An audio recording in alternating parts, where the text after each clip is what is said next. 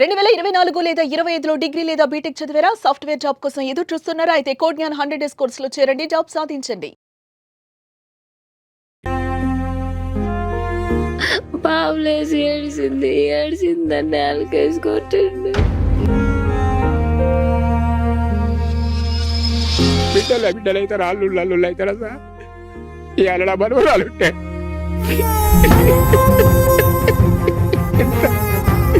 ముఖ్యం మంచిలు ఇచ్చిన ఇంత అందరు పెట్టు.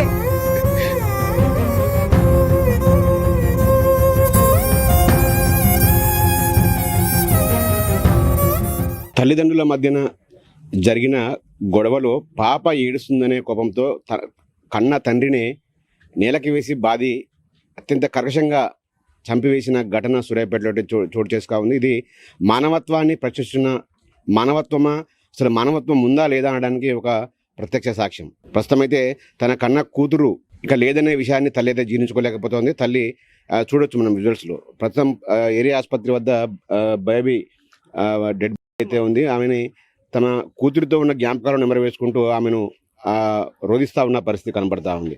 ఆమెను ఓదార్చడం అయితే ఎవరి తరం కాదు. మరోవైపు ఇంతటి కర్కశత్వానికి పాల్పడిన వాడైతే పోలీసు అదుపులో ఉన్నాడు. ప్రస్తుతం బేబీ పోస్ట్ మార్టం కోసం అయితే ఇక్కడ ఏరియా ఆసుపత్రికి తీసుకొచ్చిన పరిస్థితి ఉంది. ప్రస్తుతం అసలు మనం మాట్లాడదాం. అసలు ఎందుకమ్మా ఇంత పాపని బండకేసి నెలకేసి కొట్టాల్సిన అవసరం అంతగా ఏమొచ్చింది ఘర్షణ మీ ఇద్దరి మధ్య? ఘర్షణ ఏం లేదండి. ఊటికి నన్ను కొరికితే ఈడ పావులేసి ఏడిసిందని నేలకేసి కొట్టిండు.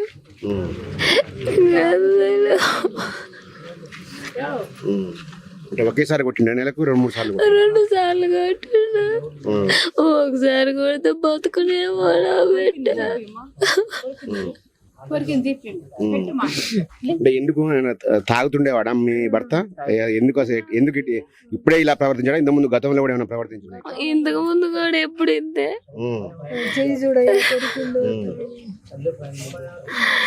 ఇంతే చేస్తుండే. నేను ఇంటికి పోయినా మా అమ్మ వాళ్ళ ఇంటికి.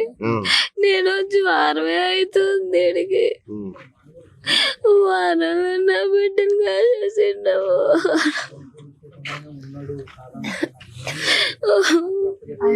అంటే చంపి బండకేసి కొట్టిన తర్వాత ఎడిపోయిందమ్మా? ఉన్నాడా ఇంట్లోనే? ఆయన తీసుకొచ్చిన హాస్పిటల్కి? కాదుగా, కొట్టి పారిపోయిండు. నేనే పిల్లలు భుజాలు వేసుకొని పోతుంటే ఇంటి ఓనర్ బండి స్కూటీ ఎక్కించుకొని వచ్చిండు. ఎట్లా ఉండేవాడు మీతో పాటు? రోజు ఇట్లా ఇదే విధంగా ప్రవర్తించేవాడా లేకపోతే ఎట్లా ఉండేవాడు? అయినప్పుడల్లా ఇంత సైకో లాగా చేసేవాడు. మామూలుగా ఉన్నప్పుడు బాగానే మాట్లాడేవాడు. తాగితే సైకో లాగా ప్రవర్తిద్దుడు. పాపతో ఎట్లా ఉండేది మీకు? అంటే పాప ఎంతమంది? ఒకతే పాప మీకు? ఒకతే పాప.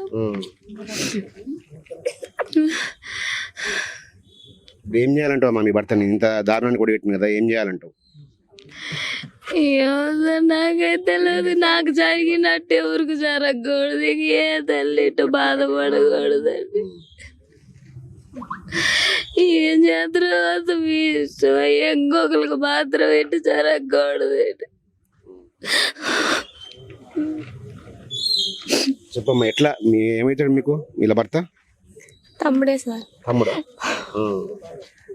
ఎందుకు మీ అంటే ఫస్ట్ నుంచి అట్లే ఉండేవాడా? ఈ మధ్యలో అట్లా అయినా? ఫస్ట్ నుంచి అంటే ఏమో సార్, మంచిగానే ఉంటాడు సార్. ఎందుకో మరి ఒక్కొక్కసారి ఇట్లా చేస్తాడు, ఒక్కొక్కసారి తిమ్మిరి చేసి ఇట్లా చేస్తాడు సార్. వానికి ఏందో మంచిగా మంచిగానే అక్క పిల్లలు అందరూ మంచిగానే ఉంటాం సార్. ఎట్లా ఉండేవాడు తమ్ముడు?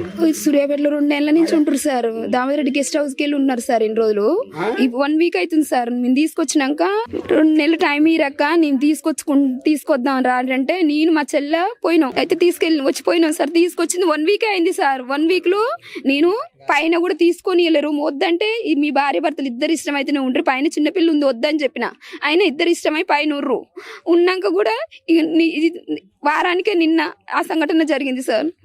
నిన్న మేము నిమ్స్ హాస్పిటల్ పోయి వచ్చినాం. నిన్న ఆయన ఇంటికి పోయి వచ్చి ఆ కథ చేసిండు సార్. ఏం చేయాలి? అన్ని చంపేసిండు సార్. వద్దు సార్, పసిపిల్లని అట్లా చేసిండు.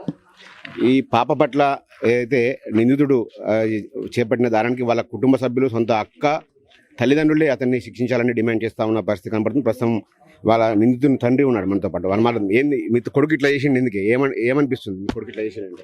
ఎదురుగా ఉంటే సంపాలనిపిస్తుంది సార్, కానీ లేడు. కానీ వాడికి ఇన్ని కష్టాల పడి బీటెక్ చదివించిన, చదువు గడ్డ కలిపిండు, వ్యవసాయం చక్కగా చేయలేదు, ఒక భార్యని చేసి ఇడిపించుకుండు, ఇంకో భార్యని చేసిన ఆ భార్య దీన్ని మంచిగా ఉండకుండా ఈ దారుణానికి కొడిగట్టిండు. వాడిని ఏది చేసినా నాకు ఏ సంబంధం కూడా లేదు, నా కొడుకే కాడాడు.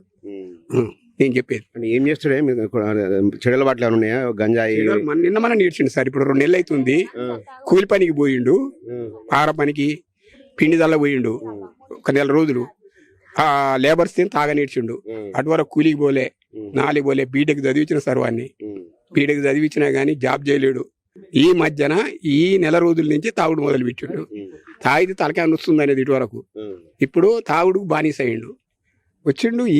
ఈ మాత్రం చేస్తాడు అని నేను అనుకోలేదు సార్. ఇట్లా చేస్తాడు, నా మనవరాల్ని చంపుతాడు అని నేను అనుకోలేదు సార్. నేను చదువుకుందాం అనుకోలేదు సార్. నేను నాకు వంశము పోయింది సార్. ఇప్పుడు ఇంకా ఎవడున్నాడు సార్ నాకు? బిడ్డలు అవుతారా, అల్లుళ్ళు అవుతారా సార్? ఇవాళ నా మనవరాలు ఉంటే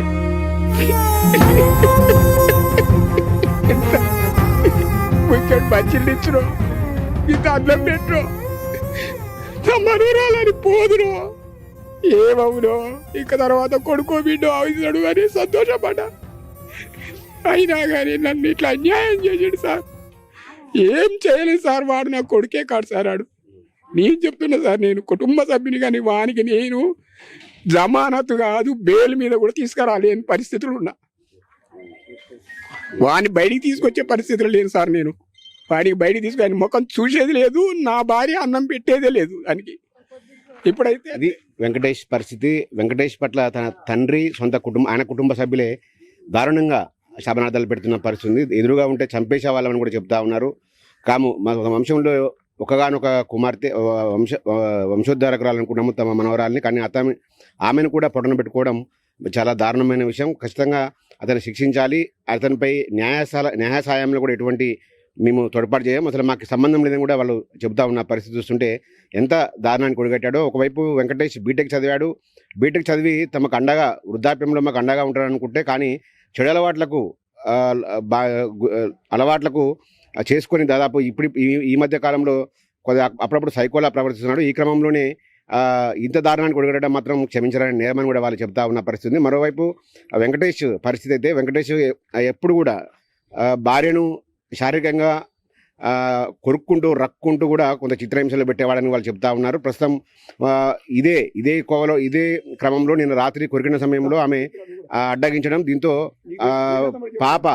సంవత్సరం పాప ఏడ్చిన క్రమంలోనే ఆగ్రహానికి గురైన ఆయన పూర్తి స్థాయిలో ఇటువంటి దారుణానికి ఒడిగట్టాడు. ఇది 2 కాళ్ళు పట్టుకొని నేలకేసి 2 సార్లు బాగడంతోనే పేప అక్కడికక్కడే మృతి చెందిన పరిస్థితి అయితే కనబడతా ఉంది. ఇతనిపై కఠినంగా చర్యలు తీసుకోవాలంటూ వారి కుటుంబ సభ్యులే కూడా డిమాండ్ చేస్తున్న పరిస్థితి కనబడుతుంది.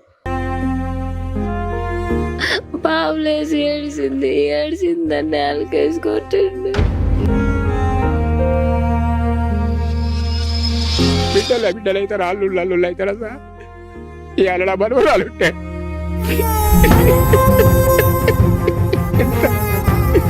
ఇక్కడ మంచిలు ఇచ్చును, ఇంత అన్నం పెట్టు.